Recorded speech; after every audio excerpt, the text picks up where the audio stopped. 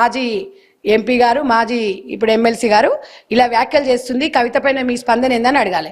కాంగ్రెస్ వాళ్ళ దగ్గరకు వస్తే మేమేం చెప్తాం, వాళ్ళని పోయి అడగాలి, వాళ్ళు సమాధానం చెప్పాలి. ఏం చెప్తారు? మిమ్మల్ని దగ్గర కూడా రానియరు. కవిత గారు వస్తే అసలు మీ పార్టీ ఆహ్వానిస్తుందా? ఒక్కటి చెప్పనా, అది నా పరిధి కాదు. ఇప్పుడు రాష్ట్ర స్థాయి జాతీయ స్థాయి నాయకులు మాట్లాడతారు.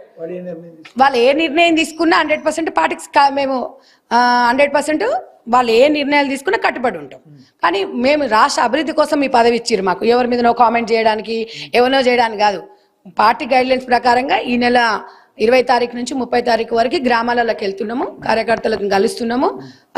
అందరికి కూడా అంటే మన జాతీయ ఉపాధి హామీ పథకాన్ని బీజేపీ పార్టీ ఎట్లయితే మార్చిందో, ఎందుకు మార్చింది, దానివల్ల ఎవరికి లాభం ఉంది ఏందని క్లారిటీగా ప్రతిరోజు 10 రోజులు ఈ కార్యక్రమం చేసిన తర్వాత మళ్ళీ ఫిబ్రవరి 3 నుంచి 13 వరకు నియోజకవర్గం జిల్లా వైజ్గా 1,00,000 మందితో కూడా ర్యాలీ నిర్వహించి అసలు దాని గురించి గతంలో కరువు పని ఎన్ని రోజులు ఉండే, ఎంత దానివల్ల అసలు కరువు పని ఎందుకు కాంగ్రెస్ పార్టీ ప్రవేశపెట్టింది, బీజేపీ పార్టీ ఎట్లా మోసం చేస్తుంది, ఇప్పుడు 9% ఇస్తున్నామని చెప్తుంది, రాష్ట్ర ప్రభుత్వాల మీద 6% ఇవాళ అదనంగా భారం అవుతుంది, వాళ్ళు ఏదో మాకు ఈ చేతితో ఇచ్చి ఈ చేతితో తీసుకోరు అంటే ఇప్పుడు అది ప్రజలకు తెలియాలి. వాళ్ళు ఏమంటారంటే ఇంతకుముందు 6% 9% ఇస్తున్నామంటున్నారు, కానీ రాష్ట్ర ప్రభుత్వంలో భారం అంటే రాష్ట్ర ప్రభుత్వం ప్రజల మీద భారం మోపుతున్నారు, మా వ్యక్తుల మీద కాదు. అది కూడా మేము ప్రజలకు తెలియజేస్తాం.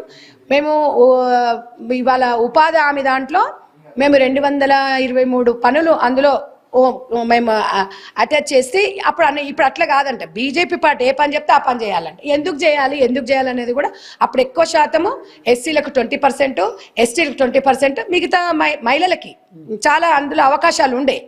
ఇప్పుడు మహిళలకు కానివ్వండి, అక్కడ ఉన్న ఎస్సీ ఎస్టీ వాళ్ళకి కూడా మంచి పనులు దొరికేవి. ఈ రోజు 10 రోజులు పెంచినామంటున్నారు, ఎక్కడ 10 రోజులు పెంచిండ్రు, వాళ్ళకి ఎంత ఇవ్వగలుగుతారు అనేది టోటల్గా క్లారిటీగా గ్రామాన్ని వెళ్తాం, ప్రతి సర్పంచ్ని కలుస్తాం. ప్రతి సర్పంచి మా వాళ్ళే, పార్టీలతో మాకు సంబంధాలు లేవు. ఇవాళ కాంగ్రెస్ పార్టీ తెలంగాణ రాష్ట్రంలో కాంగ్రెస్ పార్టీ సీఎం ఉన్నారు, సీఎం చెప్పిన పిలుపుని ఇస్తాం. ఇంకొక విషయం ఏంటంటే ఒక్కొక్క మండలాన్ని కూడా రాష్ట్ర స్థాయి నాయకులను కమిటీ వేస్తున్నారు. అంటే ఒక బాధ్యతగా మా మీద బాధ్యత ఉంది, మేము చేసినవన్నీ ప్రజలకు తీసుకెళ్లాలని. కాబట్టి ఇప్పుడు కాంగ్రెస్ పార్టీ ఎంత మంచి పనులు చేస్తుందంటే ఒక్కొక్కటి చెప్తుంటే గత చరిత్రను తెలుసుకుంటే బూస్బోమ్స్ వస్తున్నాయి. ఇవన్నీ కూడా సమాజం మాలాంటి మహిళలకు తెలవాలి, ఇప్పుడు రాబోయే యూత్ కూడా తెలవాల్సిన అవసరం ఉంది. వీళ్ళు ఏదో వచ్చేసి రాజ్యాంగాన్ని మారుస్తాం, మాకు 400 సీట్లు ఇవ్వండి అంటే వాళ్ళకి ఏం చేసిండ్రు, కర్రీగాల్చి వాత పెట్టి 240కి పరిమితం చేసిరు. లేకపోతే రాజ్యాంగాన్ని కూడా మారుతురు, వాళ్ళు ఏదైనా మారుస్తారు. కానీ రాజ్యాంగం మారిస్తే ఓటు పోయినట్టే, ఓటు పోయిందంటే అన్ని పోయినట్టే. ఇంకా దేనికి అర్హులు అవుతాం మనము? గతంలో రేవంత్ రెడ్డి గారు కావచ్చు, కేసీఆర్ గారు కావచ్చు, ఎన్ని మాటలు బయట మాట్లాడుకున్నా ఒక శాసనసభలో మరి మాజీ ముఖ్యమంత్రిగా రేవంత్ రెడ్డి గారు గౌరవం ఇచ్చి ఆయన్ని నమస్కారం చెప్పి ఎలా ఉన్నారని అడిగారు. దాన్ని కూడా కేటీఆర్ గారు మాట్లాడుతూ ఇవి పైకి ఒక మాట లోపల ఒక మాట అని మాట్లాడిందని, అవన్నీ గిచ్చికయ్యాలు పెట్టుకో తీట పంచేది మాకు అవసరం ఉండదు. ఆయనకి ఏదో కేటీ రామారావుకి ఏదో ఒక నోరు దుర్దుంటది, అది సంస్కారం చూస్తారా? నువ్వు వెనుక కూర్చొని నీ సంస్కారమే చూస్తురాడా? వెనుక కూర్చొని ఒక సీఎం గారు ఎంత ముద్దుగా అనిపించింది. ఇప్పుడు నిన్న సీతక్క కొండ సురేఖ కూడా ఇంటికి పోతే ముద్దుగా పిలిచి ఆహ్వానించిండు. అట్లా కలిసి పని చేసుకోవాలి, కానీ మీకు ఎట్టా చేత కాదు. చేసిన ఎందుకు చేయని రాదురి. ఇప్పుడు ఆయన వచ్చి ప్రతి నమస్కారం పెట్టిండు, కేసీఆర్ గారి దగ్గరకే పోయిరు. ఆయన సీఎం నేను కదా, కేసీఆర్ నా దగ్గర రావాలనిలే. రేవంత్ అన్నకు సంస్కారము ఉగ్గుపాలతో పోసింది. ఆయనకు సంస్కారం ఉంటే కదా కేటీ రామారావు లేదు, ఆయన పక్కన కూర్చుంటే తాటి చెట్టు పొడుగు. ఆయన ఎవరు, మన హుజరాబాద్ ఎమ్మెల్యే కౌశిక్ రెడ్డి, పాడి కౌశిక్ రెడ్డి, ఇద్దరు దొరలేగా, దొరస్థాయికి వెళ్ళి వస్తురు కాళ్ళు. దొరల పాలన ఆ దొరల పాలన లాగా లేదు. అంటే ఏమనుకుంటారు, పెద్ద మీరు లేవకపోతే ఏమన్నా అవుతుందా? జనాలు చూసి మిమ్మల్ని తుప్పుస్తారు. సీఎం గారు ఆయన ఏమన్నాడు, అసెంబ్లీకి పిలిస్తే మీ ఉందాతనాన్ని తగ్గించము అన్నారు. అదే ఉందాతనం పోయిండ్రు.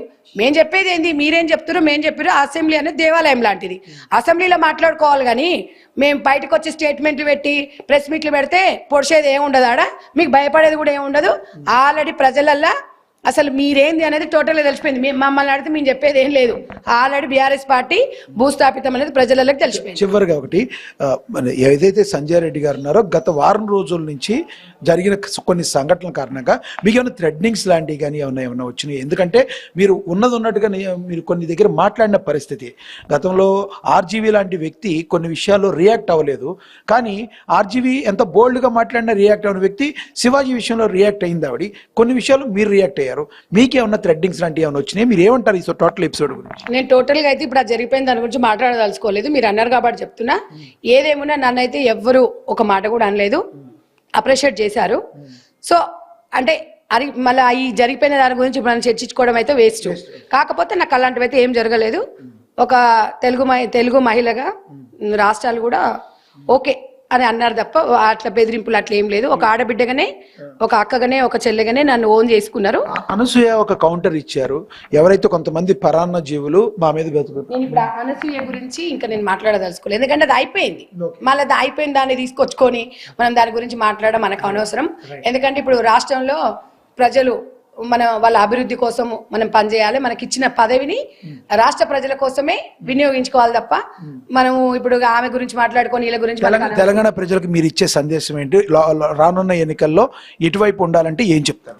100% మేము ఇచ్చిన హామీలు నెరవేర్చినాం. అది ఎట్లా నెరవేర్చినాం ఏంది అనేది తెలంగాణ ప్రజలకు తెలిసే విధంగా గ్రామ స్థాయికి వెళ్తున్నాం. ఇంకా గ్రామ స్థాయిని మించిన అదైతే ఉండదు కదా.